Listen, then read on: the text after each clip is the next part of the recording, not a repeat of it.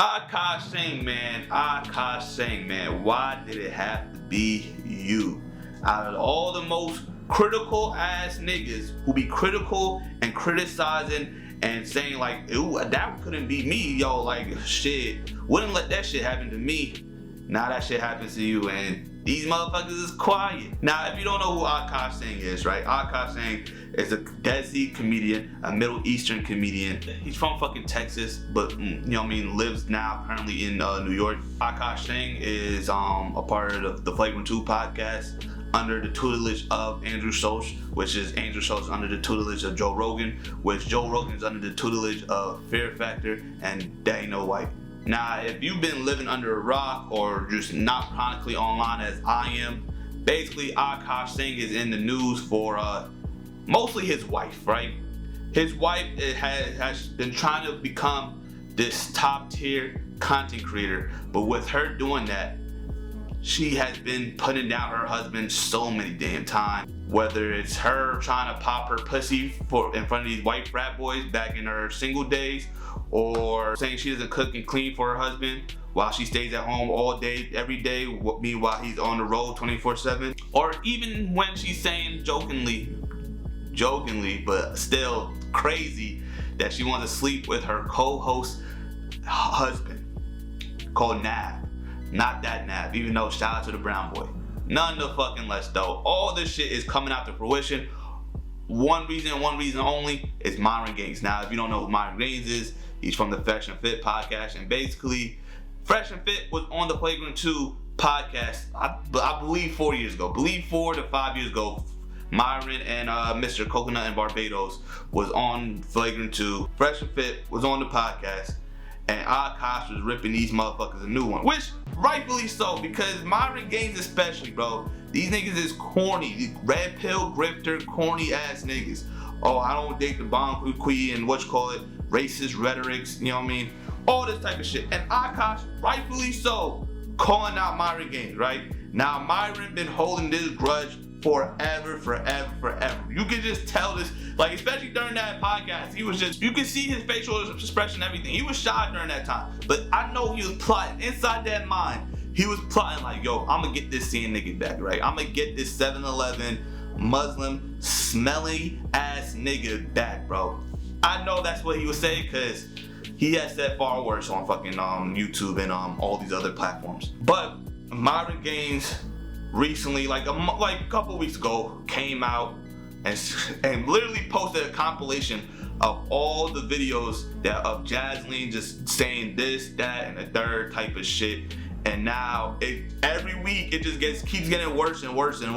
Like every single day there's new content about Jasleen, or her saying some wild shit, or you know, her saying something about Akaash, or she's saying that I still want to fuck my fucking co-host, where she has a podcast with another Indian woman, so she wants to fuck her co-host fucking husband Nav, and all these other shit, etc.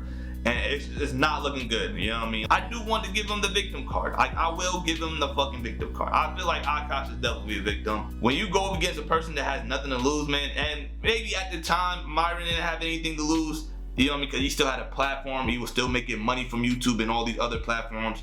But now he has no fucking platform, because ever since, you know what I mean, ever since he went down the MAGA racist, let's kick all niggas except for me, myself, and I out of fucking USA.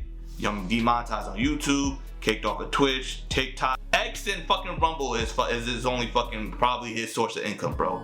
Rumble is your source of income, my nigga. Come the fuck on. You can't even monetize off a kick. That's, you know you bad when you can't even monetize off a kick. So Akaash is going against a fucking, I shouldn't say unstoppable force, but someone who got nothing to lose. And someone who got nothing to lose is a dangerous person to go against. Now, to defend Jasleen, right? I know what she's been saying on her TikToks or Instagrams, on the podcast, even whether it's jokes or not, you know what I mean? She likes to claim it's jokes. I still feel like she's saying it with like some type of malicious intent. Even though she's saying that it might be for shits and giggles because, oh, my husband is a comedian, blah, yada, yada, yada. He makes jokes about me. He monetizes off of our arguments and the shit that I do. So let me monetize it off what he does and you know what I mean, and me just treating him like shit. It still comes off kind of maliciously, in my personal opinion. I don't know the dynamic of y'all relationship, but in my personal opinion, it comes off fucking nuts, bro. It's not looking good, bro. But to Jaslyne's defense, though, she has stuck it out with Akaash. Now, again, like I said probably earlier in this video, I'm gonna say it again.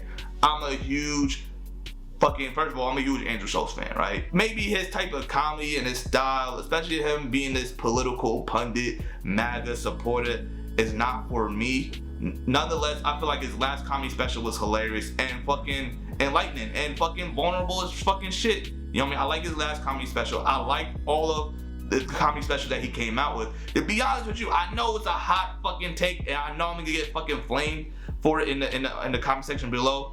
But he's one of my favorite comedians of all time. Top 5. Number 5, yes. But nonetheless, he's in my top 5. And I've been following Andrew Schulz ever since from Guy Code till now. And shit, even Akaash, because Akaash was on the last season of Guy Code. So I've been following the success story with Akaash and Andrew. And at one point in life, Akaash was dead broke. Akaash Singh was dead broke. And he had to beg and plead with fucking Andrew Schulz to do the Patreon so he could have some type of income coming in for himself. So she stuck it out with Akaash. So I'm not gonna sit here and call Jaslyne a gold digger, bro. And yeah, you know what I mean, there's some people that think, yeah, she may not be a gold digger, but she knew that, like, because Andrew Schulz was on his come up, Andrew Schulz was already ascending, so it was only a matter of time Andrew Schulz was gonna bring his boys up and they was gonna ascend as well. Yes, I understand that. But if you see how Akaash's wife, Jaslyne, comes off of social media, I feel like she lacks self-awareness. So she wouldn't even know and get the picture and get the idea of Andrew Schulz ascending and Andrew Schulz is gonna bring up and lift up all his boys. She wouldn't even get to understand that picture. Especially a person, like he said in multiple videos and multiple interviews, he went from making like 6 figures to making only 4,000 a year, right? A person that you literally just met, right? A virgin, never had a girlfriend ever in his life. Especially as a woman, you're not gonna stick it out with a person if you're just a gold digger. You know what I mean? You're gonna see that, all right, he made 6 figures one year, right? And now he only made 4,000 or 5,000. You know what I mean? The following year. Bitch, I'm fucking leaving. That's what any other regular fucking gold digger would have done. But no, she stuck it out with him, bro. So you gotta clap it up with him. She was with him shooting in the gym, bro. So I would never call Jaslyne a fucking gold digger, bro. Like the narratives of her being a gold digger gotta be stopped. You know what I mean? Now, if she's other things in the dictionary, yes, you can call other shit, right? But me personally, viewing her videos, you know what I mean? Look, I don't know her individually, but coming across her, right? Watching the videos online, watching the clips, watching the podcast, shit, I even watched one episode before I did this video. She just comes off as someone who is super privileged, super lacks self-awareness, number 1, but also just super fucking privileged. Super privileged, and number 3, unaffectionate. You know what I mean? The unaffectionate part comes from just living in an immigrant household, because I know for a fact that my dad is a little bit more affectionate, but my mom is unaffectionate shit. My mom is the coldest woman ever, bro. My mom once left for a trip. I didn't realize my mom was gone until the following day. I'm asking my dad, where's mom at? Oh, your mom went to Florida. She didn't even tell me. Bro, I'm fucking 12 years old at this time. I'm 12, 11 years old, and my mom didn't tell me that she was going, like, shit like that. Like, but I feel like that's the typical immigrant household. You know what I mean? Because I also dated Middle Eastern women, Caribbean women, you know what I mean? Because I'm Jamaican, so I dated Jamaican women, whether their parents were born in Jamaica and in the Middle East, or they actually come from.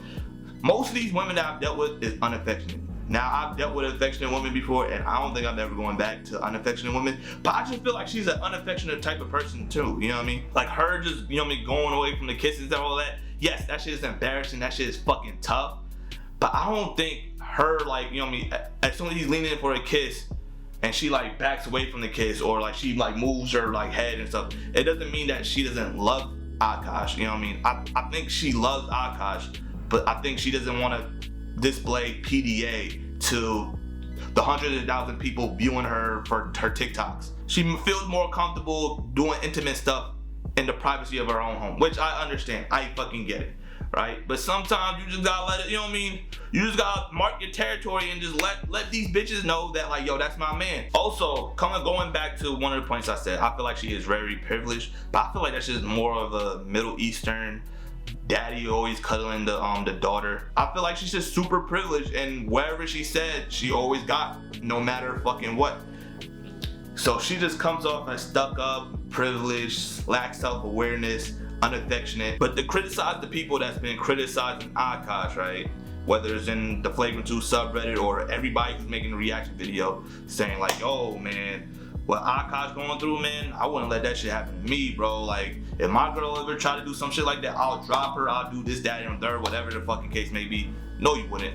No, you fucking wouldn't. You're fucking capping, bro. I learned this a long time. I learned this during the pandemic, bro. You can never judge a book by its cover. You can never, or nigga, I learned don't judge a book by its cover back in kindergarten. But you can never judge someone's situation without you going through that same situation, or you in a similar type of situation. You can't judge someone's relationship, someone's friendship, someone's job or whatever, and you haven't been through that same situation. You never had a girlfriend. You never, you never dealt with these type of situations or whatever type of whatever, right? Because we can say one thing and our actions say the other, or you know what I'm saying? Like I hate when motherfuckers be like, yo, like, if I got jumped, or yo, if I was in a fight, I wouldn't lose to him, or yo, if a situation happened where, like, an emergency situation where, like, there was a gunman in the school, like, I'll tackle him, like, no problem. But, like, if that shit actually happened, you're gonna freeze up, because you're still a bitch at the end of the fucking day. You understand? Like, I give you an example, right? Literally last month, right? And before this happened, right? I'm huge on protection, right? Protection. If, you know what I mean? I'm talking about sexual intercourse. If I'm intertwining, you know what I mean, romancing a woman, and we go into the sheets and we about to do the deeds, I'm wrapping my shit up. Unless it's like in love with a woman, unless this is my girlfriend, unless like I have a vision or like I have it in my mind, like, yo, I have a feeling she might be the one, and I'm okay with her being the mother to my child, especially if we separate. I know that she's gonna be a good mother and there's not gonna be no drama. Alright, you know what I mean, I'll shoot the club up, no question or asked. If the shit, you know what I mean, if the shit offloads and we end up having a fucking kid dropped off by a fucking seagull, it is what it is, right? Last month, I had unprotected sexual intercourse, right? And this is off of one night stand, off of a woman that I'm not even remotely attracted to. It was like certain things at play, like, you know what I mean, like I had a hinge date lined up and she, you know what I mean, and she stood me up. I was also talking to this one girl and she ended up just ghosting me out of nowhere, bro. Like, the nigga was going through his feelings, bro. Went to an event, was vibing with this one girl. I wasn't really attracted to her like that, but I already knew, like, if I wanted it, I could. And she was showing every single fucking red flag in the fucking book, and I still went through with it because I was, you know what I mean, I was just like, oh, fuck it. Like, I'm just, you know what I mean, I was in a drought a little bit too, and I was just like, you know what, bro, like, fuck it. And I went unprotected, bro. So I can say one thing, like I said, like, I hate you, I don't want to do unprotected sex, but I still fucked up, I still messed up, and I feel like that's what a lot of y'all motherfuckers is doing, bro, because I guarantee you, and Jasmine is not a bad looking woman, she's a pretty attractive woman. Like, in my opinion, I feel like she's a 9, you know what I mean, a little meat. I feel like for her to get that 10, she needs a little meat on that body. But like, if we're just going off of looks alone, Jasmine, in my opinion, is a 9, right? Personality and all that type of shit, yeah, that shit knocks her back to like 6.5. None the fucking less, right? I guarantee you, if SZA, Charlize Theron, Ana de Armas came up to y'all, right, and they was like, yo, are you willing to be my boyfriend? You would say yes.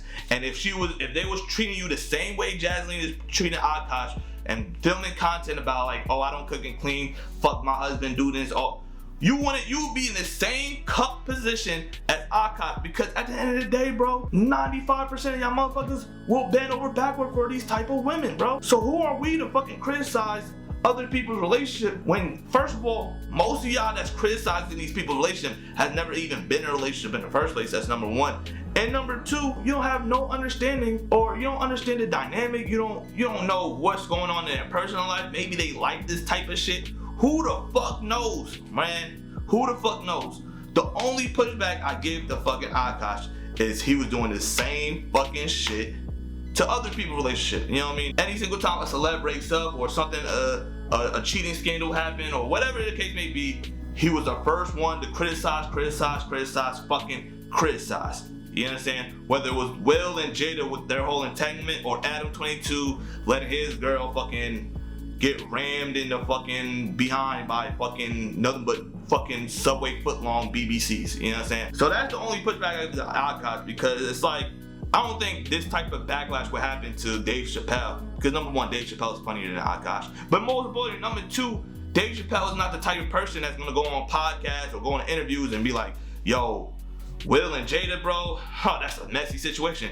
Wouldn't let that shit happen to me. Oh, Adam 22, what the fuck is you doing? You fucking cornball, goofy ass nigga, letting your girl get piped down and fucking by fucking male porn stars. Meanwhile, you over here watching it, joining it, monetizing off of that. What the fuck is wrong with you, sick fuck? Dave Chappelle will never do something like that. So if Dave Chappelle's wife comes out and starts making content and being like, oh, I don't cook and clean for Dave Chappelle and all that, are they gonna still clown Dave Chappelle? Yes, but it's not gonna be as big, because number one, Dave Chappelle is funnier than Akaash. But number two, Dave Chappelle wasn't doing what Akaash Singh is doing.